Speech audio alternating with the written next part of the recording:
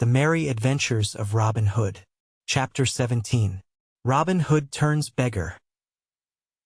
After Jolly Robin had left Little John at the forking of the roads, he walked merrily onward in the mellow sunshine that shone about him. Ever and anon he would skip and leap or sing a snatch of song, for pure joyousness of the day.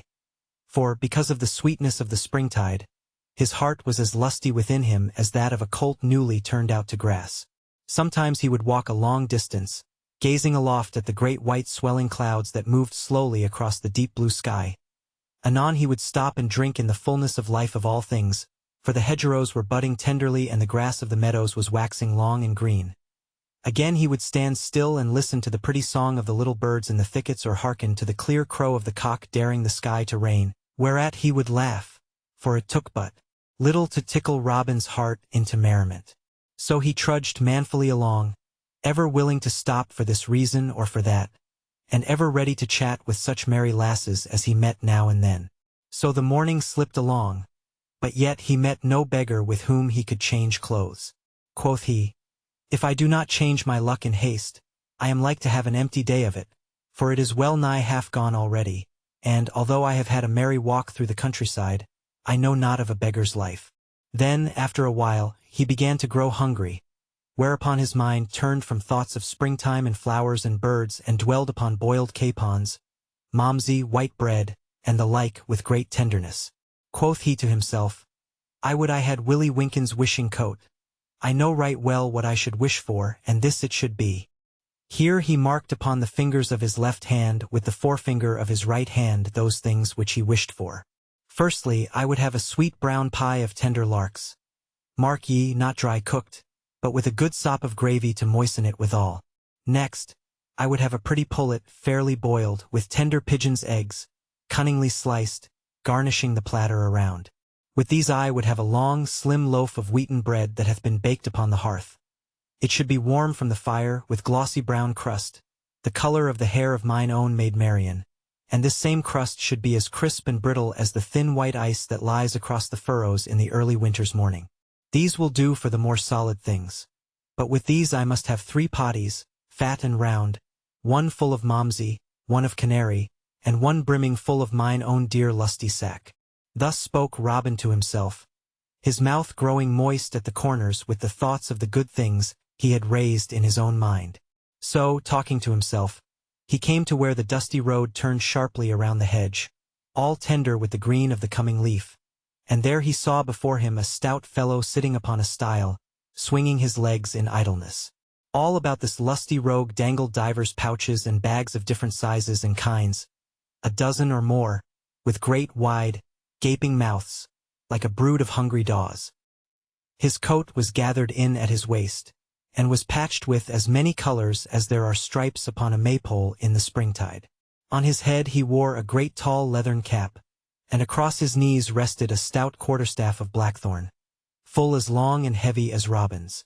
As jolly a beggar was he as ever trod the lanes and byways of Nottinghamshire, for his eyes were as grey as slate, and snapped and twinkled and danced with merriment, and his black hair curled close all over his head in little rings of kinkiness.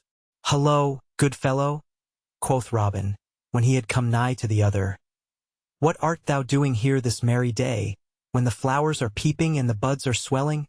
Then the other winked one eye and straightway trolled forth in a merry voice, "I sit upon the stile, and I sing a little while as I wait for my own true dear. Oh, for the sun is shining bright, and the leaves are dancing light, and the little fowl sings she is near, oh.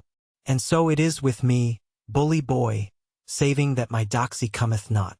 "Now that is a right sweet song," quoth Robin, "and were I in the right mind to listen to thee, I could bear well to hear more. But I have 2 things of seriousness to ask of thee, so listen I pry thee." At this the jolly beggar cocked his head on one side, like a rogue of a magpie. Quoth he, "I am an ill jug to pour heavy things into, good friend, and, if I mistake not, thou hast few serious words to spare at any time." "Nay," quoth jolly Robin, "what I would say first is the most serious of all thoughts to me, to wit, where shall I get somewhat to eat and drink?" "Say'st thou so?" quoth the beggar. "Marry, I make no such serious thoughts upon the matter. I eat when I can get it, and munch my crust when I can get no crumb. Likewise, when there is no ale to be had, I wash the dust from out my throat with a trickle of cold water. I was sitting here, as thou camest upon me, bethinking myself whether I should break my fast or no. I do love to let my hunger grow mightily keen ere I eat, for then a dry crust is as good to me as a venison pasty with suet and raisins is to stout King Harry. I have a sharp hunger upon me now, but methinks in a short while it will ripen to a right mellow appetite. Now, in good sooth, quoth merry Robin, laughing, thou hast a quaint tongue betwixt thy teeth, but hast thou truly not but a dry crust about thee? Methinks thy bags and pouches are fat and lusty for such thin fare. Why, mayhap there is some other cold fare therein, said the beggar slyly. And hast thou not to drink but cold water? said Robin. Never so much as a drop, quoth the beggar. Over beyond yon clump of trees is as sweet a little inn as ever thou hast lifted eyelid upon. But I go not thither, for they have a nasty way with me. Once, when the good Prior of Emmet was dining there, the landlady set a dear little tart of stewed crabs and barley sugar upon the window-sill to cool, and seeing it there and fearing it might be lost, I took it with me till that I could find the owner thereof. Ever since then they have acted very ill toward me. Yet truth bids me say that they have the best ale there that ever rolled over my tongue. At this Robin laughed aloud. Marry, quoth he, they did ill toward thee for thy kindness. But tell me truly, what hast thou in thy pouches? Why, quoth the beggar, peeping into the mouths of his bags, I find here a goodly piece of pigeon pie, wrapped in a cabbage leaf to hold the gravy. Here I behold a dainty streaked piece of brawn, and here a fair lump of white bread. Here I find 4 oaten cakes and a cold knuckle of ham. Ah, in sooth, 'tis strange. But here I behold 6 eggs that must have come by accident from some poultry yard hereabouts. They are raw, but roasted upon the coals and spread with a piece of butter that I see. Peace, good friend, cried Robin, holding up his hand. Thou makest my poor stomach quake with joy for what thou tellest me so sweetly. If thou wilt give me to eat, I will straightway hie me to that little inn thou didst tell of but now, and will bring a skin of ale for thy drinking and mine. Friend, thou hast said enough, said the beggar, getting down from the stile. I will feast thee with the best that I have and bless Saint Cedric for thy company. But, sweet chuck, I pry thee bring 3 quarts of ale at least, 1 for thy drinking and 2 for mine. For my thirst is such that methinks I can drink ale as the sands of the river Dee drink salt water. So Robin straightway left the beggar, who, upon his part, went to a budding lime bush back of the hedge, and there spread his feast upon the grass and roasted his eggs upon a little faggot fire, with a deftness gained by long labor in that line. After a while back came Robin bearing a goodly skin of ale upon his shoulder, which he laid upon the grass. Then, looking upon the feast spread upon the ground, and a fair sight it was to look upon, he slowly rubbed his hand over his stomach, for to his hungry eyes it seemed the fairest sight that he had beheld in all his life. Friend, said the beggar, let me feel the weight of that skin. Yea, truly, quoth Robin. Help thyself, sweet chuck, and meantime let me see whether thy pigeon pie is fresh or no. So the one seized upon the ale and the other upon the pigeon pie, and nothing was heard for a while but the munching of food and the gurgle of ale as it left the skin. At last, after a long time had passed thus, Robin pushed the food from him and heaved a great sigh of deep content, for he felt as though he had been made all over anew. And now, good friend, quoth he, leaning upon one elbow, I would have at thee about that other matter of seriousness of which I spoke not long since. How? said the beggar reproachfully. Thou wouldst surely not talk of things appertaining to serious affairs upon such ale as this. Nay, quoth Robin, laughing. I would not check thy thirst, sweet friend. Drink while I talk to thee. Thus it is. I would have thee know that I have taken a liking to thy craft and would fain have a taste of a beggar's life mine own self, said the beggar. I marvel not that thou hast taken a liking to my manner of life, good fellow, but to like and to do are 2 matters of different sorts. I tell thee, friend, one must serve a long apprenticeship ere one can learn to be even so much as a clapper dudgeon, much less a crank or an Abraham man. 3. I tell thee, lad, thou art too old to enter upon that which it may take thee years to catch the hang of. 3 classes of traveling mendicants that infested England as late as the middle of the 17th century. Vide Dacre's English villainies, etc. Mayhap that may be so, quoth Robin.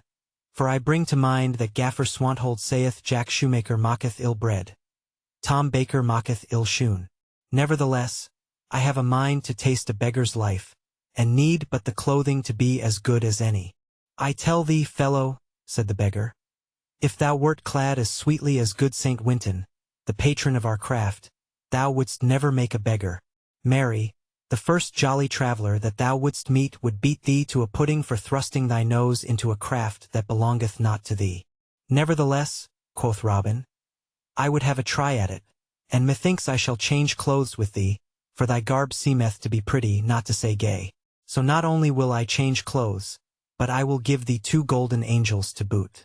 I have brought my stout staff with me, thinking that I might have to rap some one of the brethren of thy cloth over the head by way of argument in this matter.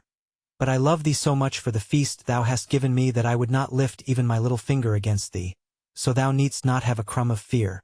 To this the beggar listened with his knuckles resting against his hips, and when Robin had ended he cocked his head on one side and thrust his tongue into his cheek. Marry, come up, quoth he at last. Lift thy finger against me. Forsooth, art thou out of thy wits, man? My name is Rickon Hazel, and I come from Holywell in Flintshire, over by the River Dee. I tell thee, knave, I have cracked the head of many a better man than thou art, and even now I would scald thy crown for thee but for the ale thou hast given me. Now thou shalt not have so much as one tagrag of my coat, even could it save thee from hanging. Now, fellow, said Robin, it would ill suit me to spoil thy pretty head for thee, but I tell thee plainly, that but for this feast I would do that to thee would stop thy travelling the country for many a day to come. Keep thy lips shut, lad, or thy luck will tumble out of thy mouth with thy speech. Now out, and alas for thee, man, for thou hast bred thyself ill this day, cried the beggar, rising and taking up his staff. Take up thy club and defend thyself, fellow, for I will not only beat thee but I will take from thee thy money and leave thee not so much as a clipped groat to buy thyself a lump of goose grease to rub thy cracked crown withal. So defend thyself, I say. Then up leaped merry Robin and snatched up his staff also. Take my money if thou canst, quoth he. I promise freely to give thee every farthing if thou dost touch me. And he twirled his staff in his fingers till it whistled again. Then the beggar swung his staff also, and struck a mighty blow at Robin, which the yeoman turned. 3 blows the beggar struck, yet never one touched so much as a hair of Robin's head. Then stout Robin saw his chance, and ere you could count 3 Rickon's staff was over the hedge, and Rickon himself lay upon the green grass with no more motion than you could find in an empty pudding bag. How now? Quoth merry Robin, laughing. Wilt thou have my hide or my money, sweet chuck? But to this the other answered never a word. Then Robin, seeing his plight, and that he was stunned with the blow, ran, still laughing, and brought the skin of ale and poured some of it on the beggar's head and some down his throat, so that presently he opened his eyes and looked around as though wondering why he lay upon his back. Then Robin, seeing that he had somewhat gathered the wits that had just been rapped out of his head, said, Now, good fellow, wilt thou change clothes with me, or shall I have to tap thee again? Here are 2 golden angels if thou wilt give me freely all thy rags and bags and thy cap and things. If thou givest them not freely, I much fear me I shall have to. And he looked up and down his staff. Then Rickon sat up and rubbed the bump on his crown. Now out upon it, quoth he. I did think to drub thee sweetly, fellow. I know not how it is, but I seem, as it were, to have bought more beer than I can drink. If I must give up my clothes, I must, but first promise me, by thy word as a true yeoman, that thou wilt take naught from me but my clothes. I promise on the word of a true yeoman, quoth Robin, thinking that the fellow had a few pennies that he would save. Thereupon the beggar drew a little knife that hung at his side and, ripping up the lining of his coat, drew thence 10 bright golden pounds, which he laid upon the ground beside him with a cunning wink at Robin. Now thou mayst have my clothes and welcome, said he, and thou mightest have had them in exchange for thine without the cost of a single farthing, far less 2 golden angels. Marry, quoth Robin, laughing, thou art a sly fellow, and I tell thee truly, Had I known thou hadst so much money by thee, maybe thou mightst not have carried it away, for I warrant thou didst not come honestly by it. Then each stripped off his clothes and put on those of the other, and as lusty a beggar was Robin Hood as e'er you could find of a summer's day. But stout Rickon of Holywell skipped and leaped and danced for joy of the fair suit of Lincoln green that he had so gotten. Quoth he, I am a gay-feathered bird now.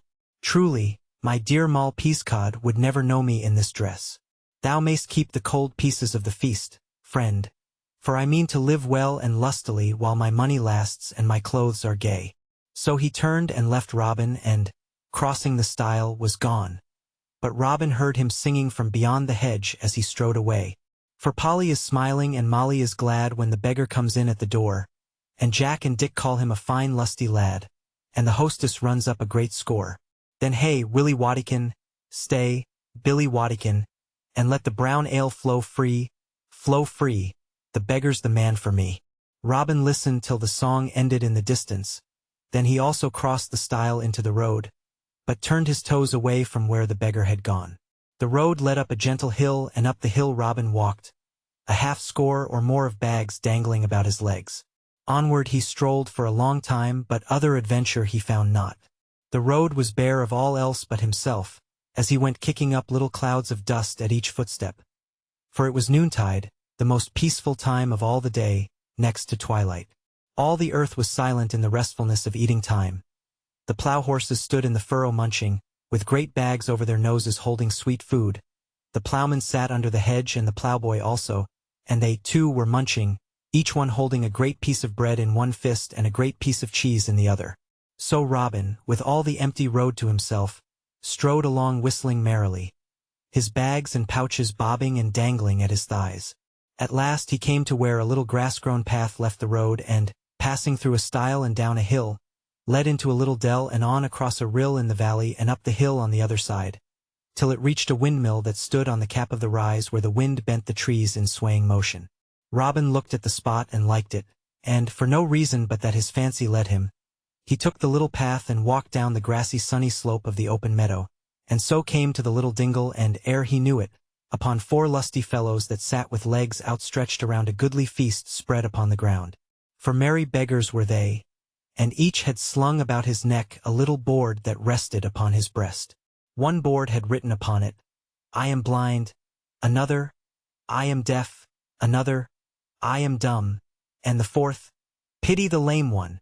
But although all these troubles written upon the boards seemed so grievous, the 4 stout fellows sat around feasting as merrily as though Cain's wife had never opened the pottle that held misfortunes and let them forth like a cloud of flies to pester us. The deaf man was the first to hear Robin, for he said, Hark, brothers, I hear someone coming. And the blind man was the first to see him, for he said, He is an honest man, brothers, and one of like craft to ourselves.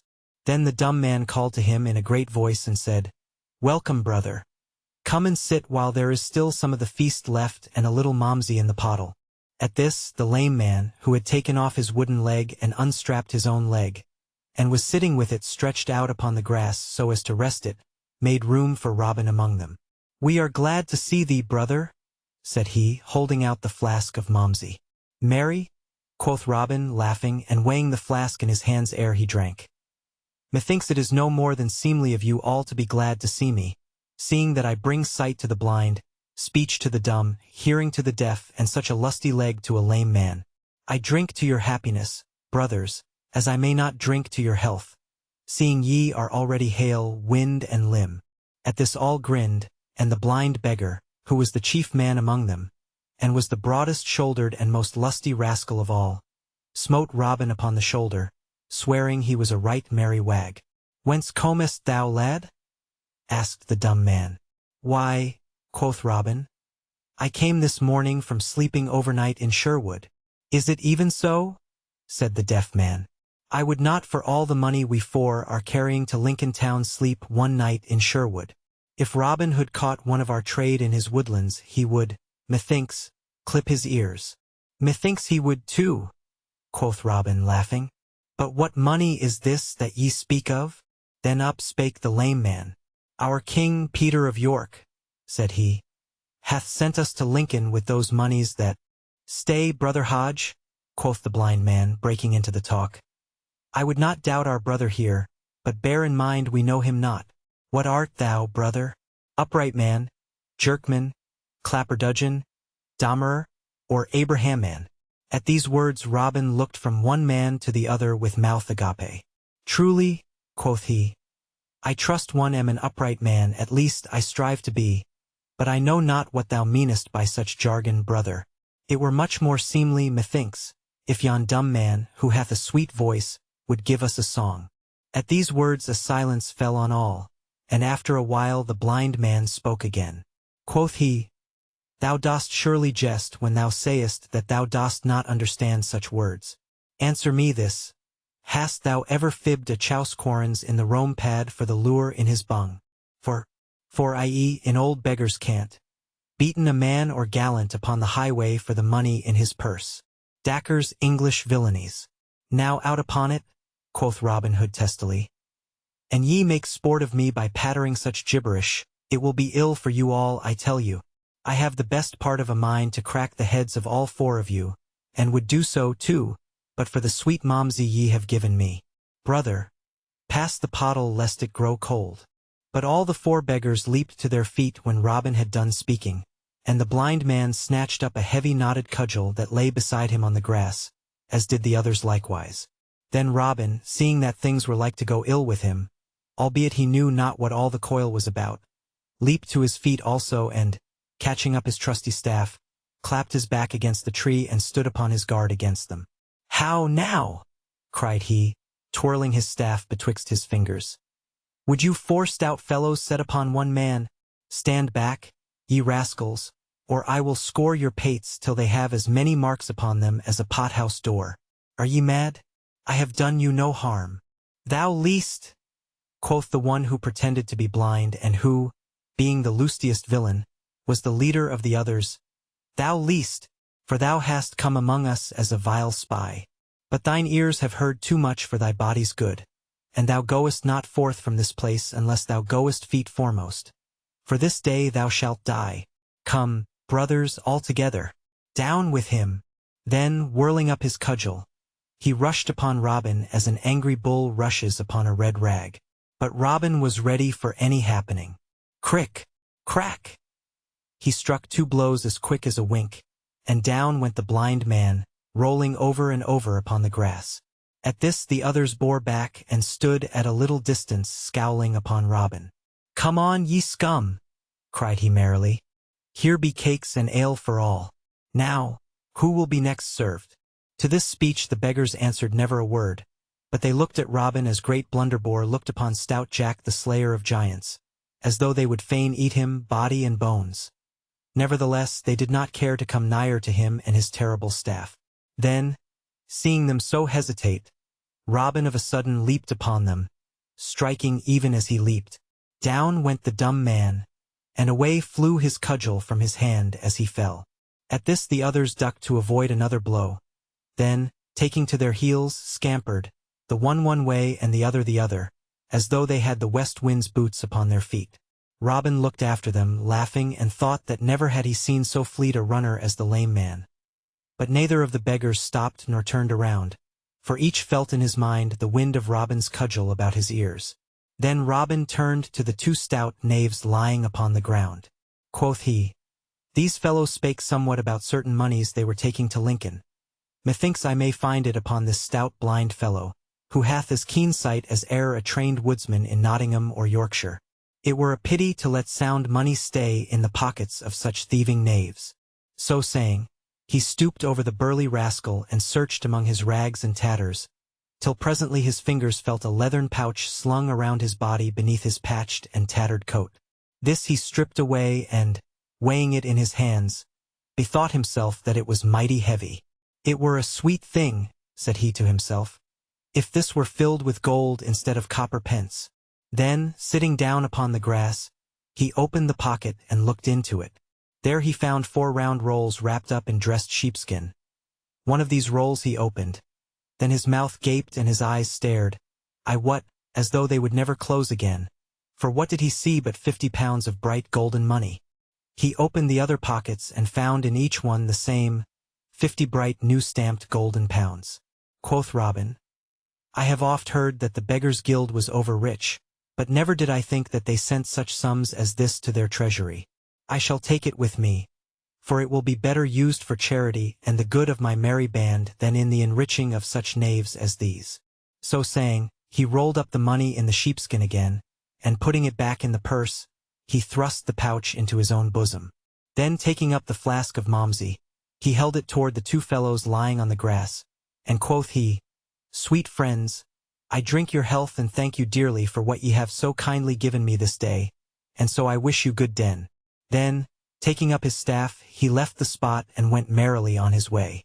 But when the two stout beggars that had been rapped upon the head roused themselves and sat up, and when the others had gotten over their fright and come back, they were as sad and woebegone as 4 frogs in dry weather, for 2 of them had cracked crowns, their Momsey was all gone, and they had not so much as a farthing to cross their palms withal. But after Robin left the little dell he strode along merrily, singing as he went, and so blithe was he and such a stout beggar, and withal so fresh and clean, that every merry lass he met had a sweet word for him and felt no fear, while the very dogs, that most times hate the sight of a beggar, snuffed at his legs in friendly wise and wagged their tails pleasantly. For dogs know an honest man by his smell, and an honest man Robin was in his own way. Thus he went along till at last he had come to the wayside cross nigh Ollerton, and, being somewhat tired, he sat him down to rest upon the grassy bank in front of it. It groweth nigh time, quoth he to himself, that I were getting back again to Sherwood, yet it would please me well to have one more merry adventure ere I go back again to my jolly band. So he looked up the road and down the road to see who might come, until at last he saw someone drawing near, riding upon a horse. When the traveler came nigh enough for him to see him well, Robin laughed, for a strange enough figure he cut. He was a thin, wizened man, and, to look upon him, you could not tell whether he was 30 years old or 60, so dried up was he even to skin and bone. As for the nag, it was as thin as the rider, and both looked as though they had been baked in Mother Huddle's oven, where folk are dried up so that they live forever.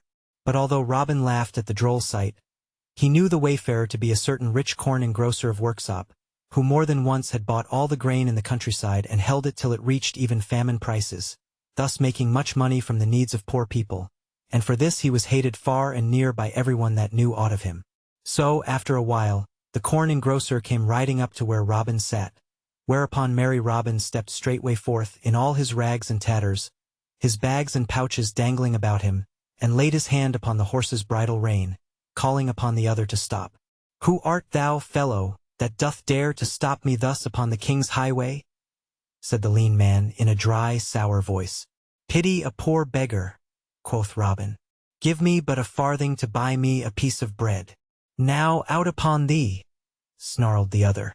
Such sturdy rogues as thou art are better safe in the prisons or dancing upon nothing, with a hempen collar about the neck, than strolling the highways so freely.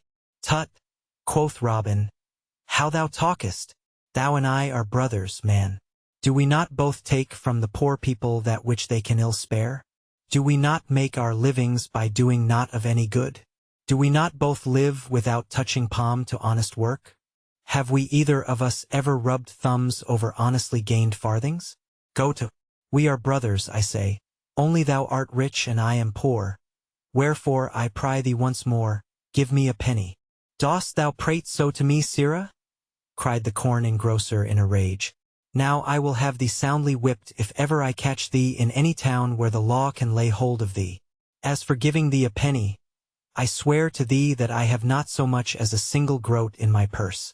Were Robin Hood himself to take me, he might search me from crown to heel without finding the smallest piece of money upon me. I trust one am too sly to travel so nigh to Sherwood with money in my pouch, and that thief at large in the woods. Then merry Robin looked up and down, as if to see that there was no one nigh, and then, coming close to the corn engrosser, he stood on tiptoe and spake in his ear. Thinkest thou in sooth that I am a beggar as I seem to be? Look upon me.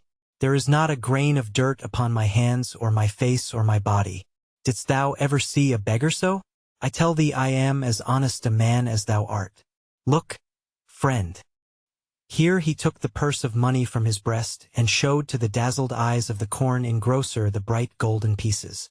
Friend, These rags serve but to hide an honest rich man from the eyes of Robin Hood. Put up thy money, lad, cried the other quickly. Art thou a fool, to trust to beggar's rags to shield thee from Robin Hood? If he caught thee, he would strip thee to the skin, for he hates a lusty beggar as he doth a fat priest or those of my kind. Is it indeed so? Quoth Robin. Had I known this, mayhap I had not come hereabouts in this garb. But I must go forward now, as much depends upon my journeying. Where goest thou, friend? I go to Grantham, said the corn engrosser. But I shall lodge tonight at Newark if I can get so far upon my way. Why, I myself am on the way to Newark, quoth merry Robin. So that, as two honest men are better than one in roads beset by such a fellow as this Robin Hood, I will jog along with thee, if thou hast no dislike to my company. Why, as thou art an honest fellow and a rich fellow, said the corn engrosser, I mind not thy company, but, in sooth, I have no great fondness for beggars. Then forward, quoth Robin. For the day wanes, and it will be dark ere we reach Newark. So off they went, the lean horse hobbling along as before, and Robin running beside, albeit he was so quaking with laughter within him that he could hardly stand. Yet he dared not laugh aloud, lest the corn engrosser should suspect something.